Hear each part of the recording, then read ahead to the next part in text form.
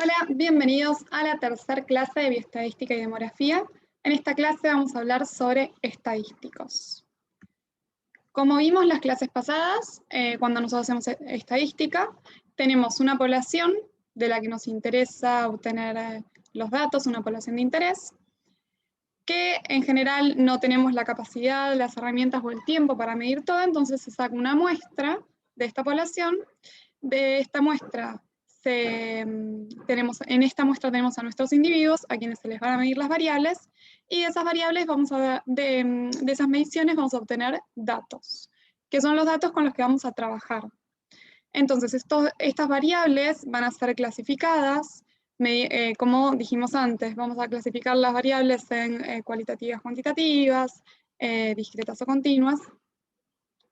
Y después podemos hacer representaciones gráficas de los datos, como vimos también en la clase pasada, donde podemos ubicar nuestros datos y visualizarlos mediante gráficos de torta, de barra, histogramas, etc. Bueno, otra cosa que podemos obtener de esta muestra, que nos va a describir la muestra justamente, son parámetros resúmenes. Estos parámetros resúmenes nos van a dar información de cómo se comportan los datos dentro de mi muestra, en la variable de interés.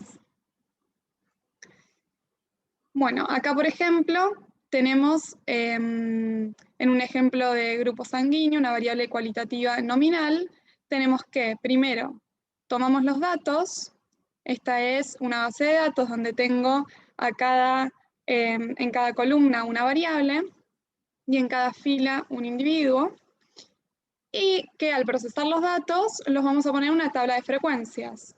En este caso tenemos en la primera columna a la variable con sus niveles, en la segunda columna las frecuencias absolutas, entre la tercera columna las frecuencias relativas. Esto es un poquito un resumen de lo que vimos la vez pasada. Entonces, eso, tomamos los datos, hacemos las tablas de frecuencia, hacemos los gráficos, resúmenes, y vamos a calcular ciertos parámetros o estadísticos. Bueno, nombré las dos cosas, nombré los parámetros, nombré los estadísticos. Son lo mismo, pero dependiendo de si trabajamos con una población, lo llamamos parámetro. O sea, si nosotros trabajamos con toda la población, si lo que hicimos es un censo y trabajamos con toda la población, el nombre que le vamos a poner a estos números es parámetros. Y si trabajamos con una muestra, en cambio, porque no tenemos las herramientas, los fondos o el tiempo para realizar un censo, la cantidad numérica calculada se llama estadístico y nos va a dar una característica resumen de la información de nuestra variable. Entonces, existen distintos estadísticos. Están los estadísticos de tendencia central, los estadísticos de dispersión, los de posición y de forma. Y ahora vamos a entrar en detalle en esta teórica sobre cada uno de ellos. Los estadísticos de tendencia central, o las medidas de tendencia central, son medidas justamente que buscan posiciones, valores, con respecto a los cuales los datos muestran una tendencia a agruparse. Esto quiere decir, nosotros tenemos, bueno, esta medida de tendencia central se usa solo para variables cuantitativas.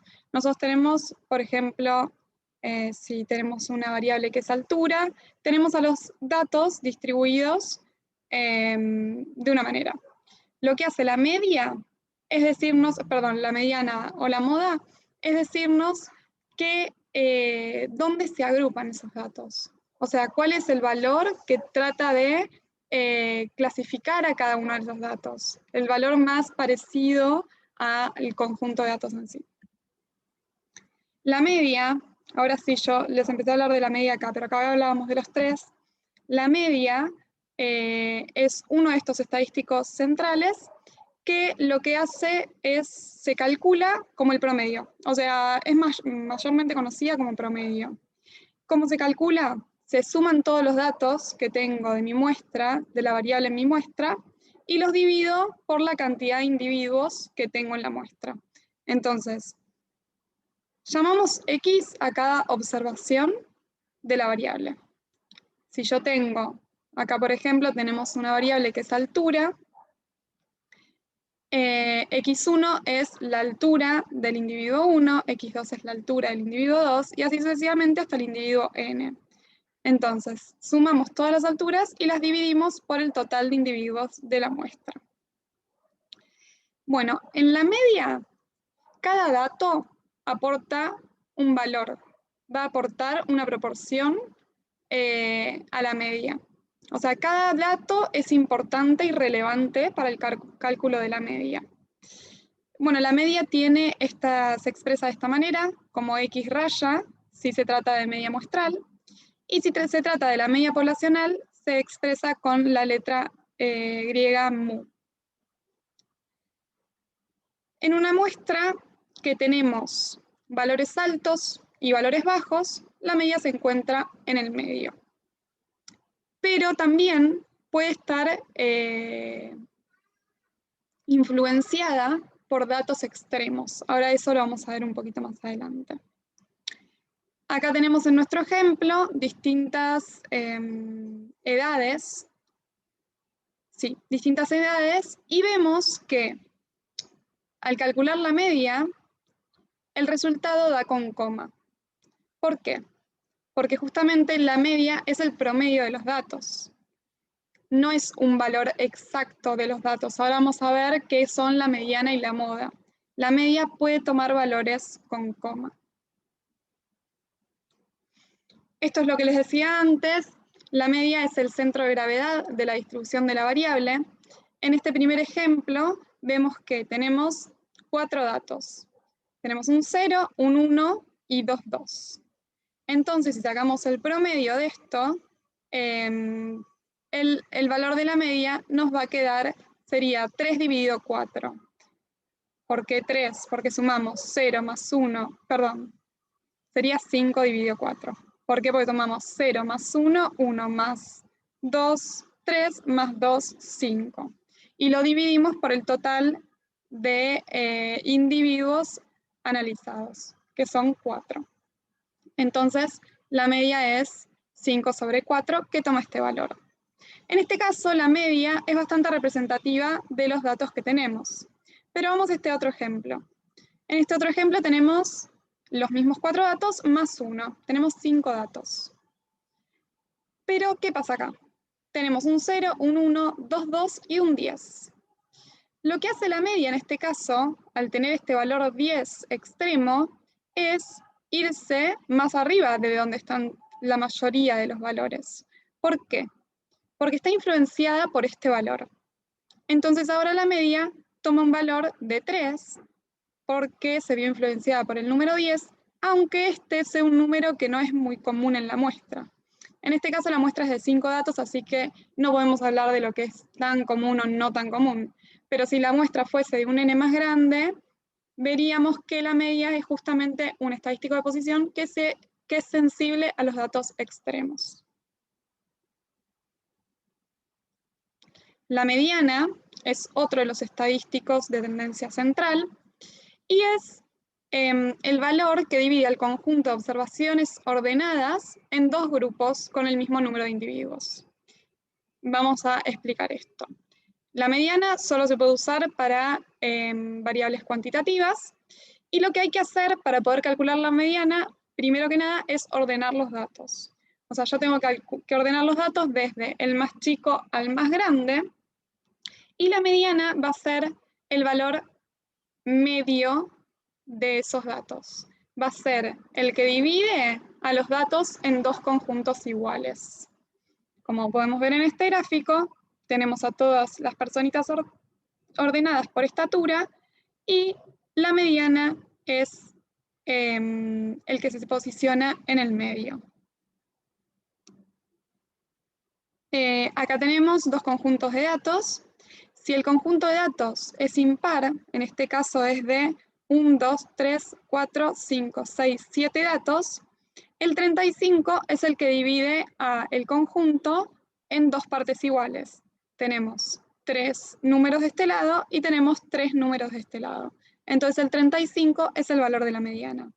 Pero cuando el conjunto de datos es par, en este caso tenemos 1, 2, 3, 4, 5, 6, 7, 8 observaciones, El valor de la mediana, para que divida a los datos en dos grupos iguales, tiene que ser el valor intermedio, o sea, la mediana se va a posicionar acá. Entonces, el valor tiene que ser el valor intermedio entre 15 y 16. El valor de la mediana va a ser 15,5. Bueno, y en este caso, a diferencia de la mediana no es sensible a valores extremos, entonces cuando se trata de datos asimétricos, es por ahí un mejor estimador de tendencia central que la media. Bueno, el último valor de tendencia central, estimador de tendencia central que tenemos es la moda. La moda es el valor de la variable que más se repite. Es el dato más frecuente. Es básicamente por lo que usamos cuando algo está de moda, se dice de esa manera porque se repite muchas veces. O sea, está de moda las gorras negras, lo decimos ¿por qué? Porque vemos que hay mucha gente que usa gorras negras. Entonces, es el dato más frecuente. Se ven muchas más gorras negras que gente sin gorra o que con gorras blancas. Un ejemplo. Acá tenemos 3 conjuntos de datos. En el primer conjunto de datos tenemos estos valores, 1, 2, 3, 4, 5, 6. Tenemos 7 datos, de los cuales 3 de esos datos son 15. Entonces la moda es 15. Es el dato que más se repite. Es el valor de la variable que más se repite. En el segundo grupo de datos tenemos 2, 4, 6, 7 datos y tenemos que se repite 2 veces el 24 y 2 veces el 26. Entonces en este caso tenemos 2 modas, 24 y 26. Y en el último conjunto de datos no tenemos ningún valor que se repita. O sea, es una variable, un conjunto de datos que no tiene ningún valor que se repita. Entonces no hay una única moda. No hay moda, o sea, o todos son moda o no hay moda. Se dice que es multimodal. Bueno, este es un dato muy importante porque es el único estadístico que se puede calcular para variables cualitativas. O sea, yo les acabo de dar un ejemplo de gorra negra. Se puede usar, antes dijimos que la media y la mediana solo se usan para variables cuantitativas, mientras que la moda se puede usar para variables tanto cuantitativas como cualitativas. Esto es muy importante. En variables continuas es los valores donde la distribución de frecuencias alcanza un máximo relativo o absoluto. Exacto. Bueno, las medidas de tendencia central, estas 3 que acabamos de ver, nos dan información importante. Pero ¿qué más necesito saber? ¿Qué más necesito saber de una muestra? ¿Qué más necesito estudiar de los datos con los que cuento? Vamos a 2 ejemplos. En estos 2 ejemplos, que son de edades, tienen el mismo n, hay la misma cantidad de datos. En uno, la mediana de ambos es 30 y la moda de ambos es 26. Pero si nosotros vemos los datos, vemos que no son iguales. Acá el mínimo es 15 y el máximo es 36, mientras acá el mínimo es 13 y el máximo es 42. O sea, comparten la mediana y comparten la moda, pero hay algo que me dice que estos datos no son iguales, estos datos son distintos. Vamos a otro ejemplo. Acá también tenemos 2 sets de datos que tienen la misma media. O sea, acá tenemos una muestra donde los datos son 21, 14, 11 y 10. La media de esto es 14. Y acá tenemos otro dato donde la media, los datos son 14, 12, 13 y 17. Y la media también es 14. También vemos que acá el valor mínimo es 10 y el máximo es 21, mientras que acá el valor mínimo es 12 y el máximo es 17. Hay diferencias en los datos. Entonces, además de ver cuál es la tendencia central, hay que ver la dispersión de los datos. esto que les decía, el valor mínimo y el máximo de los datos no corresponde. Entonces me está diciendo que los datos no son iguales. Las medidas de dispersión justamente miden el grado de variabilidad o de dispersión de los datos, independientemente de su causa. O sea, no sabemos por qué los datos son variables, pero sabemos que lo son. El rango es una de las medidas de dispersión que se pueden usar y se calcula, es el intervalo entre el valor máximo y el valor mínimo de mis datos, de la variable que toman, de los valores que toma la variable en mis datos.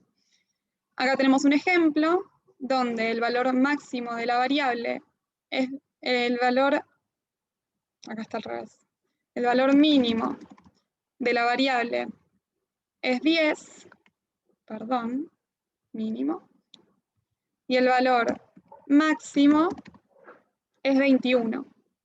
Entonces, si el valor mínimo es 10 y el valor máximo es 21, el rango se calcula como 21 menos 10. Esta variable tiene un rango de 11. Y bueno, acá no sabemos de qué estamos hablando, pero por ejemplo, si fuesen metros, este es 10 metros, el valor máximo es 21 metros, el rango va a llevar también las unidades de la variable. Tiene un rango, esa variable en ese conjunto de datos tiene un rango de 11 metros. Bueno, acá les voy a explicar lo que es un residuo. Un residuo es el valor de calcular el dato, o sea, el valor de una observación menos la media. O sea, cada observación tiene su residuo, que se calcula como el valor de esa observación menos la media. Acá tenemos un ejemplo donde la media es 14 y tenemos las distintas observaciones. Hay una observación que es 21, una observación que es 14, 11 y 10. Entonces, ¿cuál es el residuo de la primera observación? Bueno, es hacer 21 menos 14. 14 es la media, 21 es la observación. Entonces, el residuo de esa observación va a ser 7. El siguiente dato es 14. Entonces, el residuo de 14 menos 14 es 0. El tercer dato es 11. Acá nos va a quedar un residuo negativo. ¿Por qué? Porque viene de hacer 11 menos 14. El residuo es menos 3. Y por último, de 10 menos 14, el residuo va a ser menos 4. La sumatoria de todos los residuos de todos los datos nos da 0. Porque es justamente, estoy comparando con la media usando los datos que calculé para hacer la media. Entonces, el resultado va a ser 0. Acá, bueno, lo podemos ver también de manera gráfica. Esta es la media, este es el residuo positivo y estos dos son los residuos negativos. Bueno, y la información que nos da cada residuo es justamente cuánto se aleja este valor de la media. Se aleja 7 metros o 7, lo que sea que estemos hablando. Y este residuo nos va a servir para calcular otros estadísticos de dispersión, que son la varianza y el desvío estándar. La varianza, es justamente hacer el promedio de los residuos al cuadrado. Vamos a explicarlo un poco más. Esto dijimos que era el residuo. Tenemos el valor de X. Bueno, acá les estoy mostrando en la poblacional, pero esto es exactamente lo que les mostré antes. El valor del dato menos la media. Acá es lo mismo, valor del dato menos la media, pero es la media poblacional que les conté que se expresaba como mu. Entonces, tenemos el valor del dato menos la media al cuadrado, o sea, todo esto al cuadrado, y dice, es la sumatoria dividido n-1. Si queremos sacar la varianza poblacional, es la sumatoria dividido n. La varianza aumenta a medida que aumenta la variabilidad, es sensible a valores extremos, y sus unidades son las de la variable, pero al cuadrado. ¿Por qué? Porque ¿dónde están las unidades de la variable? Acá. Si tenemos que son metros, pónganle que tenemos 14 metros menos 7 metros, nos queda el residuo en metros, pero después lo tengo al cuadrado. Entonces voy a tener al cuadrado también mi unidad. Después lo sumo y lo divido por n, eso no cambia las unidades. Y bueno, comparando el desvío estándar, perdón, la varianza muestral de la poblacional, a medida que tenemos un n más grande, nos acercamos, o sea, en la muestra, a medida que tenemos un n más grande, nos acercamos al valor de la varianza poblacional. Por eso, cuando más grande es la muestra, mejor estimador de la varianza conseguimos. Bueno, la desviación típica o desvío estándar nos sirve justamente para tener una medida de dispersión con las unidades de la muestra. ¿Por qué? Porque básicamente es hacer la varianza al cuadrado. La varianza, acá vimos, se expresaba con este simbolito o con s al cuadrado, y justamente el desvío estándar es s, sin el cuadrado. Yo les muestro más la muestral porque es con la que más vamos a trabajar, porque en general no vamos a tener datos poblacionales. Entonces, lo que busca el desvío estándar es tener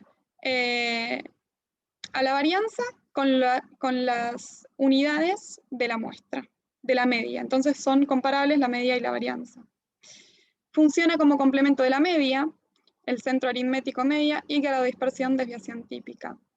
El par de números X y S pretende resumir la información contenida en los n datos de la muestra.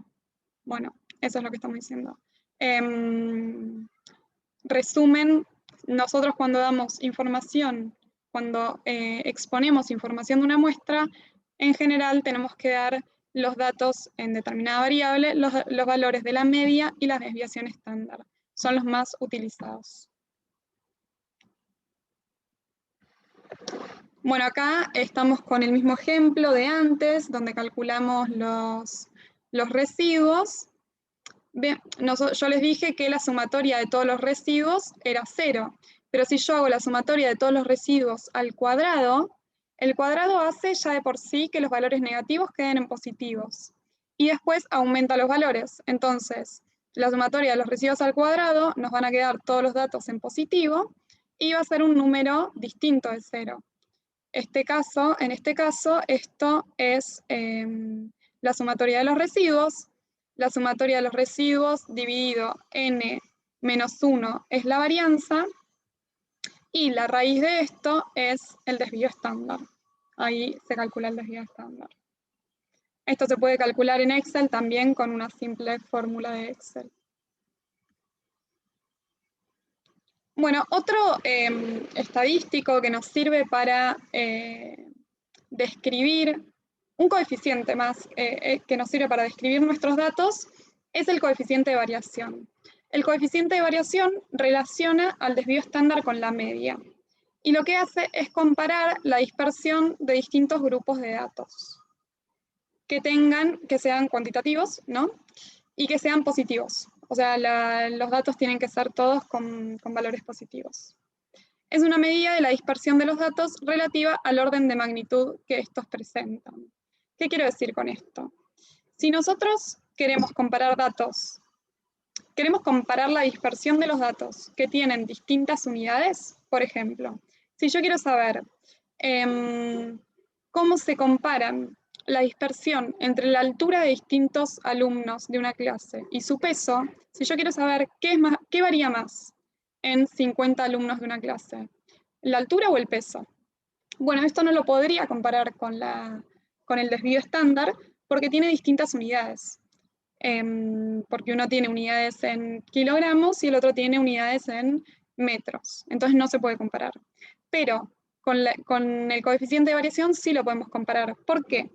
Porque no dije cómo se calculaba, se calcula haciendo el desvío estándar dividido la media. Entonces, acá, si esto tuviera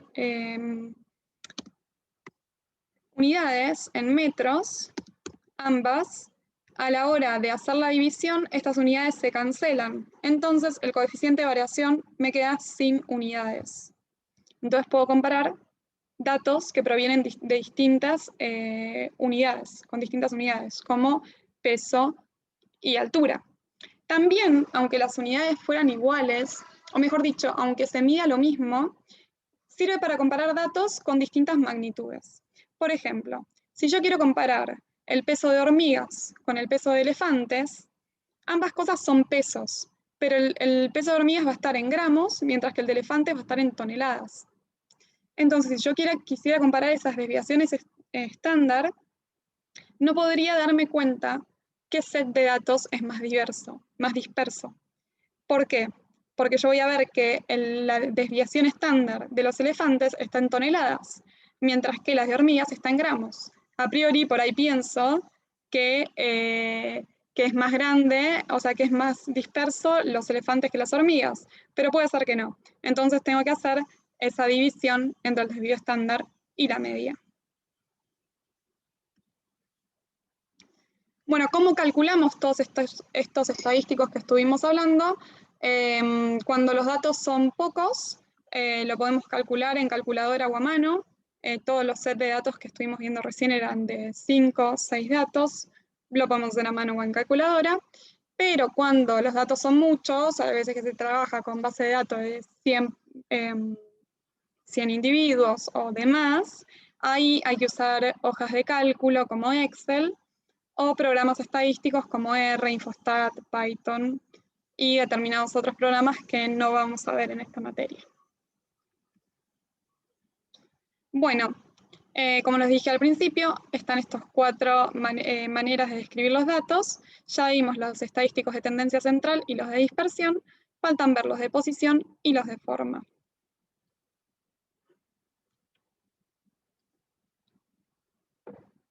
Los estadísticos de posición lo que hacen es dividir al conjunto de datos en grupos con la misma cantidad de individuos.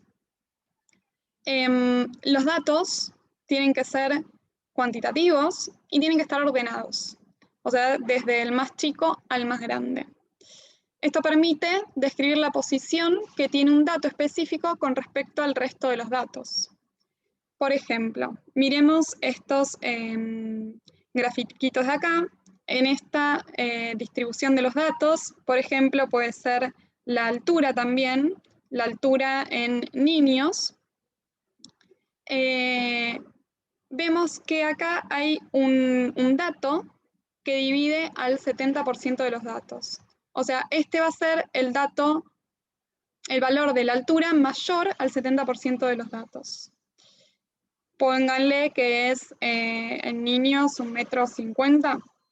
Entonces se dice, del 70% de los datos, el mayor dato es 1,70 metros. O sea, 1,70 metros es el valor máximo del 70% de los datos. Bueno, los estadísticos de posición se llaman cuantiles y tenemos distintos cuantiles que son los cuartiles, los deciles y los percentiles. Acá está más especificado. Un cuantil justamente es un valor de la variable por debajo del cual se encuentra una frecuencia relativa acumulada. Ahí les explico un poco mejor.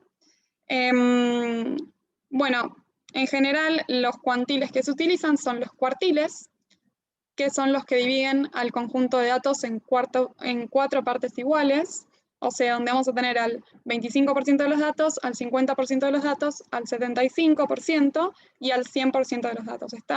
Divide en esas 4 partes iguales. Después están los deciles, que dividen al conjunto de datos en 10 partes iguales, y los percentiles, que dividen al conjunto de datos en 100 partes iguales. Bueno, acá tenemos un gráfico que justamente nos muestra que todos los cuantiles están relacionados.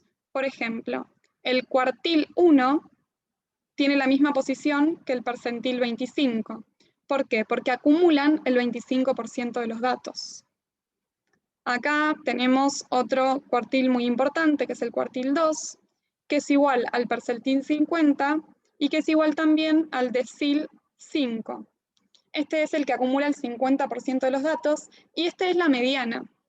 En estadísticos de tendencia central les expliqué lo que era la mediana y justamente el cuartil 2, percentil 50, o decil 5, es la mediana. Es el valor que dice, este es el valor central que divide al 50% de los datos, o sea, es el valor máximo del 50% de los datos, de los primeros 50% de los datos, o es el valor mínimo de los segundos 50% de los datos. Bueno, eso. Y tenemos hasta el decil 9, por ejemplo, coinciden con el percentil 90, y así sucesivamente hay varios valores que coinciden si hablamos de cuartil, decil o percentil. Bueno, yendo un poco más a lo que son los cuartiles, son 3 cuartiles. Bueno, hay veces que también se habla del cuartil 4, pero básicamente es todos los datos porque es el 100%. Y divide el conjunto de datos en 4 partes iguales. El cuartil 1 es el valor de la variable, mayor al 25% de los datos. O sea, si yo hablo del valor del cuartil 1, digo, este es el valor máximo del 25% de los datos. Lo mismo del cuartil 50, es el valor del cuartil 2, perdón, es el valor máximo que toma la variable del 50% de los datos, y del cuartil 3 es el valor que toma la variable máximo del 75% de los datos. Bueno, es lo que acabo de decir, el cuartil 2 es la mediana. Acá tenemos cómo calcular los cuartiles, que básicamente en realidad lo que nos dice es cómo calcular la posición del cuartil. Nosotros tenemos que tener a los datos ordenados. Acá tenemos, por ejemplo, 2 sets de datos. Entonces tenemos este set de datos que tiene un n igual a 11. Yo ya a simple vista puedo decir cuál es el valor que divide al conjunto de los datos en 2. ¿Por qué? Porque si el n es 11, yo tengo este valor que me divide acá 5 datos para arriba y 5 datos para abajo. O sea, el cuartil 2 va a ser 170. Y después tengo 5 datos para arriba. ¿Cuál es el valor que divide a esos 5 datos en 2 conjuntos iguales? Este. Entonces, este va a ser el cuartil 3. Y de los demás abajo también tenemos que 168 es el valor que divide el primer 50% de los datos en 2 conjuntos iguales. Pero bueno, vamos a hacer el cálculo. Acá dice que cuartil 1 se calcula como n más 1 dividido 4, la posición del cuartil. Si dijimos que n es 11, n más 1, 12, dividido 4, 3. Entonces justamente 1, 2, 3, este es el valor que toma el cuartil 1. El cuartil 2 se hace como 2 por n más 1, o sea, n más 1 es 12 por 2, 24, dividido 4, 3, perdón, 6. Entonces, 1, 2, 3, 4, 5, 6. Este es el valor que toma el cuartil 2. Y así sucesivamente. Bueno, para cuando los datos no son pares, no son impares, o sea, cuando son pares, acá tenemos la cuestión de que tenemos que dividir al 50% de los datos con un número que no tenemos en realidad. ¿Por qué? Si el n es 10, yo tengo que tener 5 números para abajo y 5 números para arriba. Acá tengo estos 5 números, no tengo un dato en el medio y tengo estos 5 números. Entonces, el valor del cuartil 2 va a ser el promedio entre 176 y 186. Y lo mismo para el cuartil 1 y el cuartil 3. El cuartil 1 va a ser el valor promedio entre estos dos datos y el cuartil 3 entre estos dos datos. Perfecto.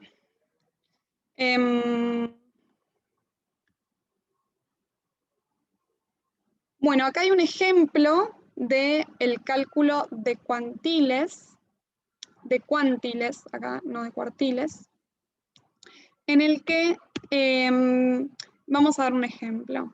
Acá dice, las calificaciones obtenidas en un examen de estadística fueron 2, 2, 3, 3, 3, una lista de tantas calificaciones. Y se quiere saber cuál fue el desempeño del 60% de los estudiantes. O sea, cuál fue el valor máximo del 60% de los estudiantes. Entonces, nosotros primero tenemos que saber cuál es la posición del 60% de los estudiantes. La posición se calcula como K sobre N, K por N dividido 100. Esto es porque lo estamos calculando con el percentil, o sea, dividiendo los datos en 100 partes iguales. K va a ser 60. K es la constante del cuantil que me interesa. O sea, K es el cuantil de interés. N es la cantidad de datos. En este caso son 20 datos, así que N es 20. O sea, tengo que hacer 60 por 20 dividido 100. Acá tenemos la cuenta. Esto me da que la posición es 12. Ahora tengo que ver dónde es la posición 12, ¿no? ¿Se acuerdan que en las tablas de frecuencia nosotros teníamos el valor de la variable, la frecuencia absoluta, la frecuencia relativa acumulada, acá está al revés que como lo vimos siempre, y la frecuencia absoluta acumulada? En la frecuencia absoluta acumulada yo podía ver dónde se van acumulando mis datos. O sea, en el valor 2 tenemos 2 datos, o sea, 2 individuos. En el valor 3 de la variable tenemos 6 individuos acumulados. En el valor 4 de la variable tenemos 11 individuos acumulados. Y en el valor 5 de la variable tenemos 14 individuos acumulados. Acá no tengo un valor de la variable donde tenga el 12 de los individuos acumulados, o sea, un 60% de los individuos acumulados. Entonces, esto lo puedo ver en la frecuencia relativa también. Yo dije que quería el 60% de los datos. Y acá tengo, en el valor 4 de la variable tengo un 55% de los datos, y en el valor 5 de la variable tengo un 70% de los datos. No tengo un valor de la variable que me acumule el 60% de los datos, que es 12 alumnos. Entonces, ¿qué tengo que hacer? Puedo usar esta fórmula. Es una fórmula un poco compleja, pero que en realidad no es tan difícil, solo que hay que entenderla, que me dice cuál es el valor exacto que toma el percentil 60. ¿Qué tengo que hacer? Tengo que sumar LI. LI es el límite inferior o valor por debajo de la posición del cuantil de interés. O sea, el valor por debajo del cuantil de interés. ¿Por qué? Porque yo sé que acá están mis 12 datos. Yo sé que están en donde la frecuencia absoluta es 14, pero no sé cuál es el dato exacto. Perdón, la frecuencia absoluta acumulada es 14, pero no sé cuál es el dato exacto. Entonces, el límite inferior o valor por debajo de la posición del cuantil de interés es 4. Después tengo, bueno, acá un 1. Tengo un valor que dice FI. Digamos, FI es la frecuencia absoluta donde se encuentra el cuantil de interés, o sea, es 3, porque el cuantil de interés se encuentra en el dato 5, en este renglón. Y después vamos a tener a FA, que es la frecuencia acumulada hasta el límite inferior del dato donde se encuentra el cuantil de interés, o sea, 11. Es la frecuencia acumulada a el límite inferior de donde se cuenta el cuantil de interés. Si hacemos este cálculo, que es esto, donde tengo 4 más 1 sobre 3, entre paréntesis 12 menos 11, 12 era la posición, menos 11, que es la frecuencia acumulada de la posición anterior, me dice que el percentil 60 es 4,33.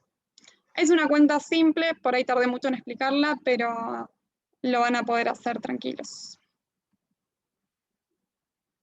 Bueno, por otro lado, tenemos, por último, tenemos los estadísticos de forma, que son los estadísticos que relacionan gráficos de distribución de frecuencia con estadísticos. O sea, me dice de qué manera están distribuidos los datos. En las distribuciones simétricas, media, mediana y moda coinciden. Acá, si vemos en una distribución simétrica, esto quiere decir que los datos, cuando están ordenados, se distribuyen de una manera simétrica, donde el valor medio incluye, o sea, coincide con la media, la mediana y la moda. La moda la vemos fácil, porque la moda dijimos que es el pico donde se encuentran los datos. Entonces, la moda en este gráfico es justamente el pico, el valor más alto del pico. En estos dos gráficos también la moda es la más fácil de ubicar porque se encuentra en el pico. Después, la media y la mediana, dependiendo de la posición de la media y la mediana, vamos a ver cómo es la distribución. La distribución entonces puede ser simétrica, asimétrica positiva o asimétrica negativa. La media en general suele desplazarse hacia los valores extremos. O sea, nosotros siempre vamos a encontrar a la moda, a la mediana y después a la media. O al revés, a la media, a la mediana y a la moda. O sea, siempre la mediana se encuentra entre medio de la moda y la media. En general, porque la media se va a los valores extremos. Entonces, cuando la media se encuentra en el límite izquierdo, la simetría es hacia la izquierda o negativa. Cuando la media se encuentra, o sea, cuando la cola de la simetría se encuentra para el lado derecho, la simetría se llama hacia la derecha o positiva, porque hay más datos positivos, o sea, hay más datos más altos que la moda, mientras que en el otro hay más datos más bajos que la moda. Bueno. Por último, además de decir qué tipo de asimetría tiene, si es simétrica, asimétrica positiva o asimétrica negativa, podemos decir si es unimodal, bimodal o multimodal. Esto habla de la modalidad. En este caso tengo solo un pico, así que es unimodal. Acá tengo 2 picos, así que es bimodal. Y acá tengo 3 picos, es multimodal. Y la kurtosis nos habla del grado de aplastamiento que presenta la gráfica de los datos en una distribución simétrica. O sea, si la distribución es simétrica, la kurtosis nos va a decir qué tan aplastados están los datos. O sea, qué tantos datos hay, iguales a la moda o no. ¿Por qué? Porque si es leptocúrtica, o sea, si es alta, la campana nos está diciendo que hay muchos datos que coinciden con la media, la mediana y la moda. Mientras que si es platicúrtica, los datos están más distribuidos en todo el rango de datos. Y bueno, la media, o sea, la kurtosis intermedia es la mesocúrtica. Bueno, con esto damos por terminada la teórica de hoy. Por ahí es mucho, por ahí parecen muchas cuentas, pero a la hora de hacer la práctica van a darse cuenta que no es tanto, así que no se asusten.